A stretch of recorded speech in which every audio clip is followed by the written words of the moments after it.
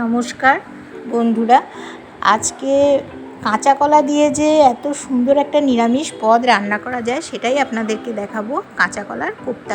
প্রথমে আমি কাঁচা কলা আর আলুগুলো সিদ্ধ করে নিয়েছি, আর একদিকে ছোট ছোট করে আলুগুলো কেটে সিদ্ধ করে রেখেছি। এবার কাঁচা কলা, আলু মধ্যে জিরের গুঁড়ো, ধনের গুঁড়ো, লঙ্কা গুঁড়ো, হলুদ, লবণ, গরম মশলার গুঁড়ো, নুন, চিনি, বেসন দিয়ে ভালো করে সুন্দর করে মেখে নিলাম। মেখে বড়ার আকারে তৈরি করে নিলাম। তারপর কড়াইতে তেল দিয়ে সেই বড়াগুলো ভেজে তুললাম। এবার আমার কোপ্তাগুলো তৈরি হয়ে গেছে। এবার তেলের মধ্যে ওই কেটে রাখা আলুগুলো দিয়ে ভালো করে নুন হলুদ দিয়ে ভেজে নিলাম, ভেজে তুলে রাখলাম।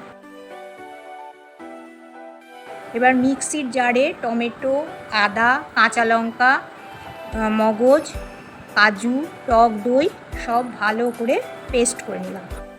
এবার ওই কড়াইয়ের তেলের মধ্যে একটু ঘি দিলাম, দিয়ে জিরে, তেজপাতা, শুকনো লঙ্কা, গোটা গরম মশলা ফোড়ন দিয়ে দিলাম। আর এদিকে মিক্সির জারে যে মশলাটা ছিল তার মধ্যে জিরের গুঁড়ো, ধনের গুঁড়ো, লঙ্কা গুঁড়ো, হলুদ গুঁড়ো সমস্ত মিশিয়ে আমি তেলের মধ্যে দিলাম, কষাতে দিলাম। আর তার মধ্যে আলুগুলো দিয়ে লবণ দিয়ে কাঁচা লঙ্কা দিয়ে চিনি দিয়ে ভালো করে কষিয়ে তাতে জল দিয়ে দিলাম। গরম জল দিতে হবে কিন্তু।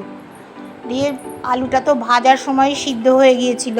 এবার গরম জল দিয়ে অল্প সময় ফোটালেই কিন্তু মশলাটার গ্রেভিটা তৈরি হয়ে যাবে। তারপর বড়াগুলো মানে কোপ্তাগুলো ছেড়ে দিলাম। কোপ্তা দিয়ে কিন্তু বেশিক্ষণ ফোটানো যাবে না।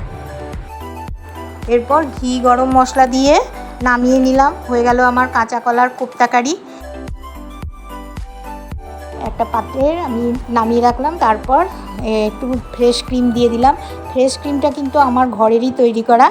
এটা দিলে তরকারির স্বাদ অনেকটাই বেড়ে যাবে। এটা আপনারা বাড়িতে সবাই বানিয়ে খেয়ে দেখবেন, আপনাদের অবশ্যই ভালো লাগবে।